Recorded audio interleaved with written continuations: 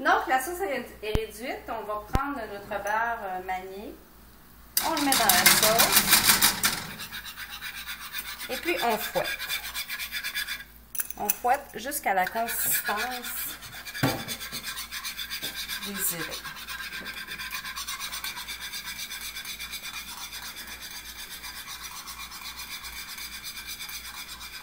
Donc, quand ceci, ça va être fait, on va réduire le feu ou on peut mettre de côté.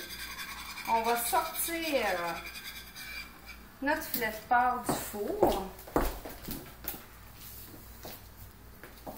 Et puis faites-vous confiance, en cuisine, actuellement, ça explose.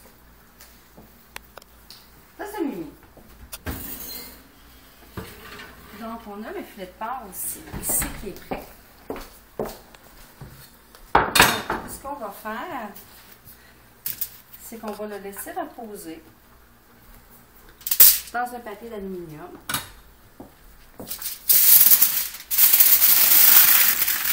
On ne le sert pas, on le laisse là. On vient terminer la sauce. Et puis là, on va faire des pommes de terre, ail et romarin en accompagnement. Donc, on fait chauffer la poêle. Ça, c'est prêt, donc on peut réduire. Elle va continuer à épaissir un petit peu. Ça va donner une sauce quand même assez sirupeuse. C'est ce qu'on aime. On va aller chercher de l'huile. Donc, on prend de l'huile de canola. Je vous dirais peut-être une cuillère à soupe. Une cuillère à soupe et demie.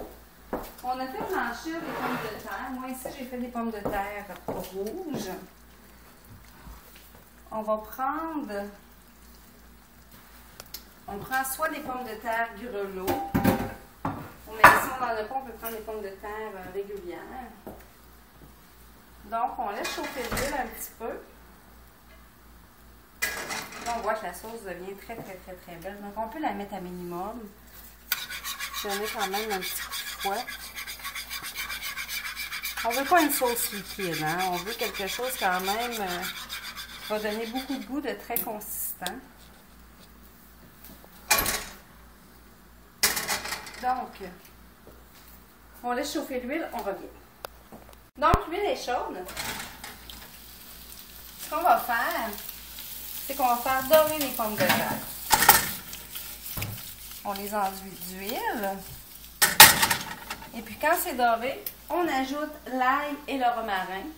Quand ça commence à dorer, je dirais, quand il commence un petit peu à être doré, ensuite, on ajoute l'ail et le romarin, parce que si vous ajoutez l'ail en premier, l'ail va brûler. Donc, au niveau de l'ail, on met 1 à 2 gousses. Au niveau du romarin, on va le ciseler. On va mettre environ 3 à 4 branches. Mais on y va toujours selon la quantité de pommes de terre que vous avez. Donc, on laisse brunir ça et on revient. Donc, quand les pommes de terre commencent à être grillées, on ajoute notre ail. Et notre romarin.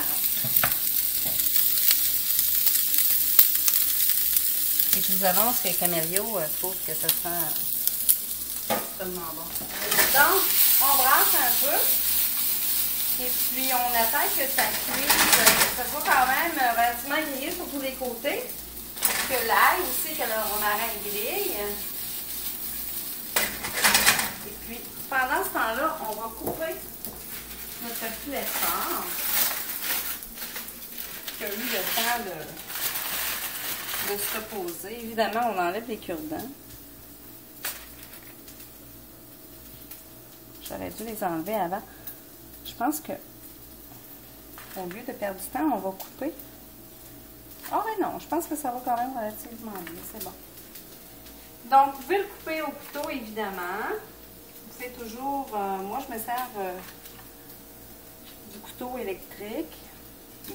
Évidemment si vous désirez inviter un ami, garder un cure-dent. Donc, on va prendre des pinces.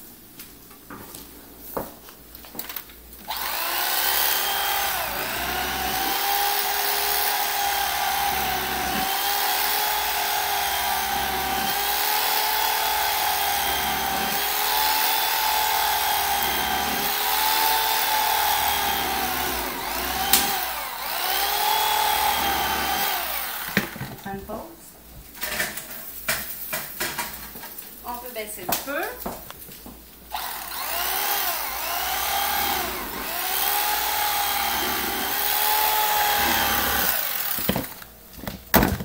Donc, on va en préparer une. Donc, on adore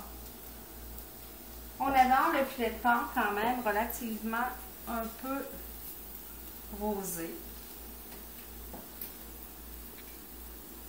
Donc, évidemment, comme il est farci, il faut toujours y aller relativement délicatement.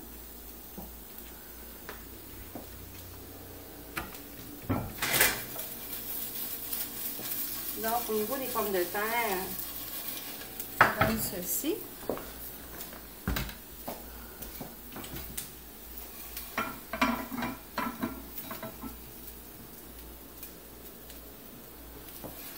On peut les saler avec le sel de mer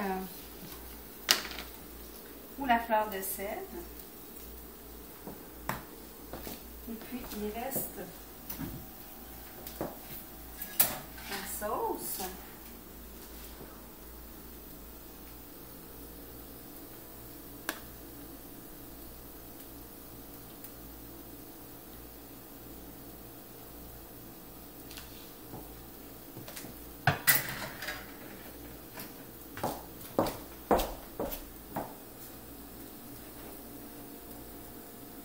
Comme j'ai eu mes premières tomates cerises hier, on va s'en servir en décoration. Question d'honneur. Donc,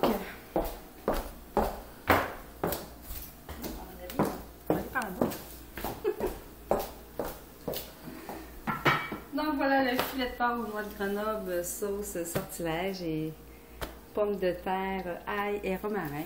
Et sur ce, mes amis, je vous souhaite bon appétit.